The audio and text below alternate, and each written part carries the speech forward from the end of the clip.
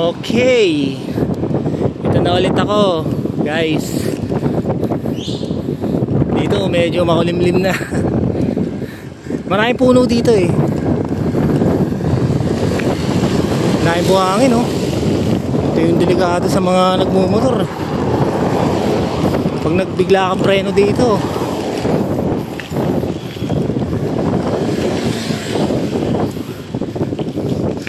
slide ka talaga dito. So ayun, nandito na tayo sa part ng Botolan. Nakalagpas na tayo sa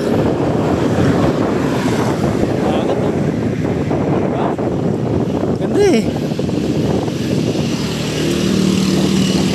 May hapon maliligo ako sa dagat.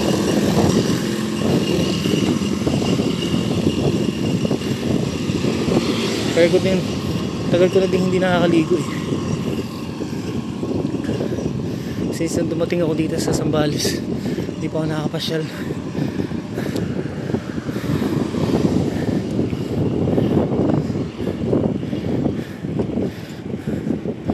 So yun guys,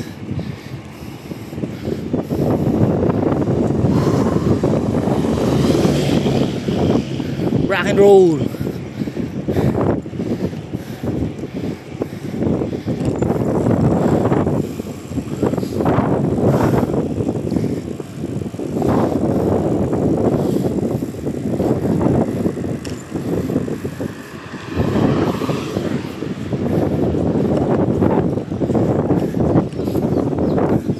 Kala mo paluon yun, no? Pabagyo.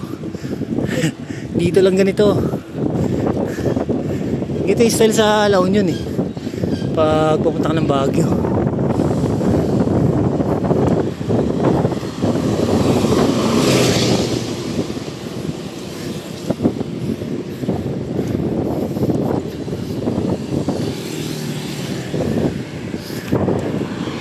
Hindi pa ako nakakapasyal ng Baguio since umuwi ako ng Pinas.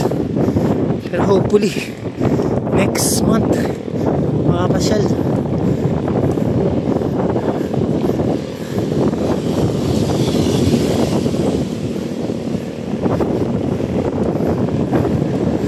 So yun guys, once again dito ako sa Zambales. Suporta sa vlog natin ah. Cyclist Rider 28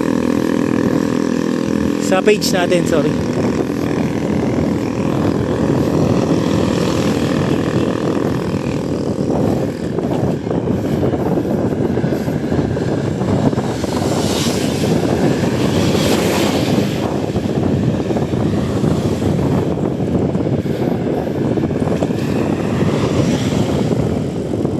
Nauuhaw na ako. Kailangan ko na uminom ng tubig.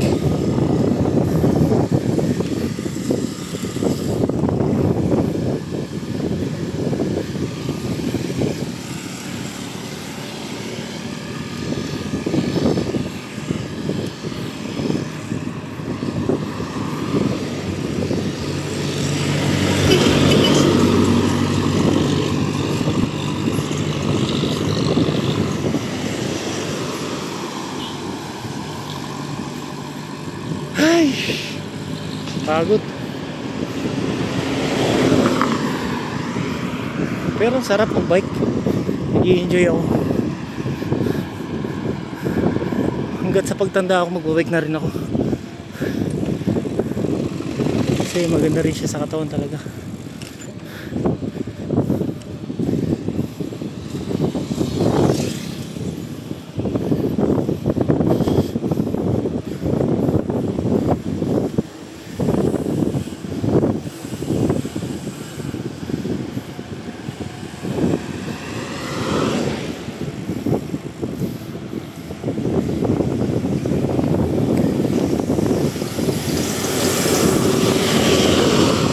Itong bike ko kakabili ko lang nito, tapos assemble ng konti. T-Reach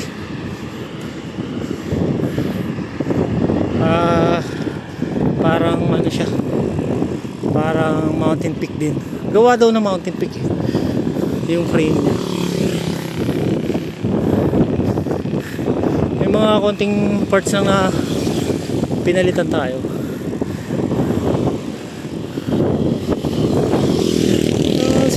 Swabe na para sa beginner na katulad ko. Actually pang ano talaga to, itong settings itong bike na to, trail bike talaga, pambundok talaga to. Oo. So ayun, pinalitan ko na ng gulong. 27 lang to guys, medium size, cute size lang, cute, ganda nga tingnan eh. Kaya hindi ganun ka high speed,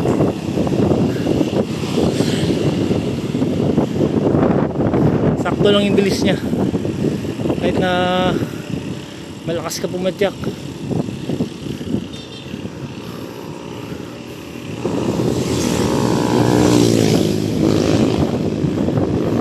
7.5 medium size.